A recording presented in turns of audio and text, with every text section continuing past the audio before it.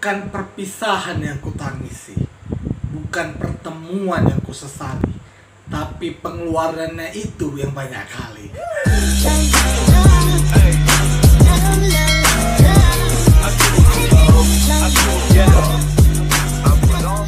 Haleluya, kembali lagi dengan saya Willy Marpaung di YouTube channel saya di program Inspirasi Remaja. Dan hari ini saya mau bahas mengenai blokir mantan itu dosa atau enggak ya kan? Dulu saya pernah bahas ini, tapi saya akan buat lebih komplit lagi. Blokir mantan itu dosa atau enggak sih Kak Willy? Boleh nggak kita blokir mantan ya kan? Boleh nggak kita memutuskan komunikasi dengan mantan? Nah, mantan itu adalah orang yang pernah kau sayangi. Ingat itu baik-baik. Mantan itu adalah orang yang pernah kau cintai. Mantan adalah orang yang pernah kau katakan I love you padanya. I love you my dear. Saya nggak tahu lah ya, karena saya orang yang romantis dan saya berpikir punya prinsip bahwa I love you itu perlu diucapkan kepada pasangan kita. Ya kan 3 kali sehari pun kalau bisa. Kayak makan obat aja kalau pilih ini ya kan. Nah, jadi blokir mantan itu boleh atau enggak ya kan? Nah, tadi ingat, mantan itu orang yang pernah kau sayangi, orang yang pernah kau kasih. Dan Alkitab mengatakan dalam Matius 22, kita harus mengasihi semua orang, mengasihi Tuhan dan mengasihi sesama. Dalam Matius 5, Yesus mengatakan musuh pun harus dikasihi. Nah, jadi mantan itu manusia, mantan itu sesamamu manusia. Engkau harus bisa tetap mengasihi mantanmu. Bagaimana memblokir mantan tanpa membencinya? Nah, ini yang penting. Alasan-alasan engkau memblokir mantan itu ada 2 minimal. Yang pertama, engkau diganggu olehnya. Gangguan-gangguannya ini misalnya gini, dia itu mau minta balikan samamu, tapi engkau sudah tetapkan engkau tidak mau balikan lagi dengannya. Engkau sudah putuskan, aku nggak mau lagi balikan sama dia, aku nggak mau lagi dekat-dekat sama dia. Tapi dia terus aja dekati dirimu, dia terus aja ngecek dirimu, WhatsApp dirimu, DM engkau semua, bahkan dia buat akun palsu. Pengalaman guys, pengalaman ya kan, buat akun palsu untuk lihat bagaimana dia sekarang.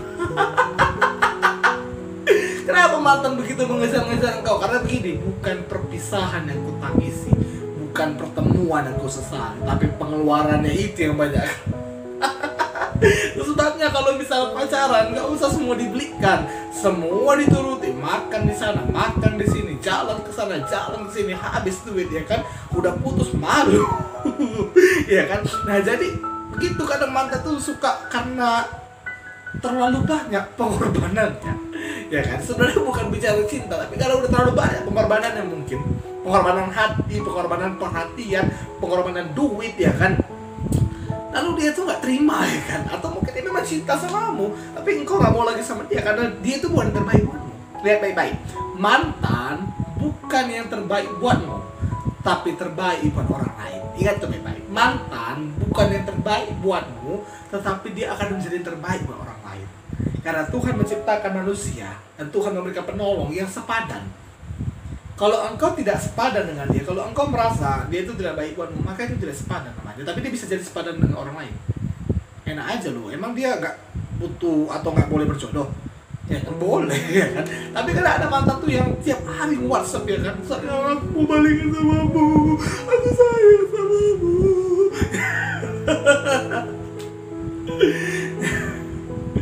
Biasanya itu di minggu-minggu kedua setelah putus. Kalau laki-laki putus, biasa aja ya, sok ganteng ya kan, merasa gampang kok cari wanita lain. Lama-lama dia merasa udah seminggu, 2 minggu, dia kesepian, lalu dia cari lagi dirimu. Nah itu sebabnya kalau engkau merasa ilfeel, ya engkau merasa terganggu dengan dia dan engkau gak bisa move on jadinya, engkau malah kepikiran dia terus. Yang ada bukan cinta tapi kasihan, ya kan. Kadang kan kita nggak bisa bedakan cinta dengan kasihan. Perlu dibedakan loh. Pacaran itu bukan didasarkan karena kasihan. Balikan sama mantan bukan karena dikasih kali pun nengok dia lah. Nggak boleh kayak gitu. Engkau harus jadi orang yang tegas. Engkau harus jadi pribadi yang tegas. Kalau tidak, katakan tidak. Kalau iya, katakan iya. Amin. Nah, jadi kalau memang kau mau blokir mantanmu karena memang kau risih dengan gangguan-gangguannya, engkau risih karena dia itu terus mau balikan padahal kau nggak mau, lebih bagus kau putuskan komunikasi dengannya, kau blokir dia. Ya kan, yang kedua, karena dia suka mencemburu-cemburui kau, mulai dari story WhatsApp, mulai dari Snapgram, Instagram, ya kan, kemudian dari Facebook, postingan-postingan di Facebook, buat vlog pula di YouTube. Ya Tuhan, aku subscribe pula YouTube-nya. Ya kan, itu dia. Itu yang buat jadi kita cemburu, ya kan. Lalu dia lalu dia jalan sama pacarnya, ya kan. Dia buat caption di postingannya di Facebook, dia jalan, dia gandeng pacarnya, dia katakan seperti firman Tuhan mengatakan, yang lama sudah berlalu, pacar lama ganti baru. Astagfirullahaladzim, mantan, ya kan. Daripada engkau terganggu, daripada engkau sakit hati, daripada engkau down gara-gara itu, lebih bagus kau blokir dia, lebih bagus engkau putuskan komunikasi dengannya. Tapi ingat baik-baik, jangan sampai engkau dendam dengannya, jangan sampai engkau membenci dia. Kenapa? Karena Alkitab menuliskan kita harus mengasihi. Alkitab menuliskan bahwa kita harus mengampuni. Dalam Matius 6 ayat 14-15, Tuhan Yesus mengatakan, jikalau kita mau diampuni, maka kita harus mengampuni. Jika kita mau Tuhan mengampuni dosa-dosa kita, jika kita mau Tuhan mengampuni kesalahan kita, maka kita harus mengampuni kesalahan orang lain. Kesalahan mantan harus kita ampuni. Tapi jika ada hal-hal yang mengganggu diri kita, lebih bagus kita putuskan komunikasi. Jadi bukan hanya dengan mantan, dengan orang-orang yang misalnya suka mengejek kita, suka mengkritik kita, lebih bagus kita abaikan. Ya kan, jadi kalau blokir mantan kita abaikan, karena kita blokir, ya kan. Itu nggak salah, asalkan jangan dendam, tetap ampuni dia. Lalu bagaimana kalau misalnya jumpa sama mantan? Nah ini dia kan, dia udah jalan sama pacar yang baru, ya kan. Gue masih jomblo, astagfirullahaladzim 2 kali, kan. Nah bagaimana kalau misalnya ketemu lagi sama dia, kan saya hello aja, kan. Kalau bisa berteman, nah tidak berteman dengan mantan itu adalah pacaran yang dewasa, putus yang dewasa, ya. Kalau ada pacaran dewasa berarti ada putus yang dewasa, ya kan. Saya ada berteman dengan mantan saya, ada, ya kan, pasti ada. Nah ada mantan yang berteman, akhirnya jadi sahabat, ya kan. Tetapi perlu menjaga, ya kan. Jangan sampai itu jadi kesalahpahaman dan kau nggak bisa move on, kau nggak bisa kau nggak bisa punya hubungan yang baik lagi dengan orang lain gara-gara kau berteman dengan mantan. Kau hati-hati untuk itu. Tapi kalau mau blokir dia, putuskan komunikasi dengan dia, tapi jangan pernah dendam dengannya. Kalau misalnya dia nggak mau nyapa kau sapa dia, hai, kau bilang kan. Lalu misalnya dia nggak mau nyapa kau, ya udah, bagianmu udah kau kerjakan. Engkau sudah ampuni dia, engkau sudah maafkan dia, itu bagian dia dengan Tuhan. Betul? Itu udah bagian dia dengan Tuhan yang tidak mau mengampuni engkau. Engkau sudah minta maaf padanya, engkau sudah memaafkan dia, engkau sudah mau berdamai dengannya, tapi dia tidak mau berdamai denganmu. Itu urusan dia dengan Tuhan. Biarlah Tuhan yang berurusan dengan dia. Tapi bagian kita, kalau memang mau blokir mantan, silahkan blokir mantan. Silahkan. Kalau memang itu hanya membuat kau down, kalau itu hanya membuat kau terjatuh, kalau itu hanya membuat kau terpuruk, silahkan blokir. Dan move on lah, bergaul lah, berdoa lah, percayalah kau akan dapatkan pasangan hidup yang lebih baik. Ingat, bukan hanya dia laki-laki dunia ini, dan bukan hanya dia perempuan ini, ada banyak sekali, masih banyak jomblo Kristen, masih banyak orang yang kau dengar lagi bicara ini pun masih jomblo. Jadi kau gak usah khawatir, ya kan? Kau gak usah khawatir karena kau jomblo.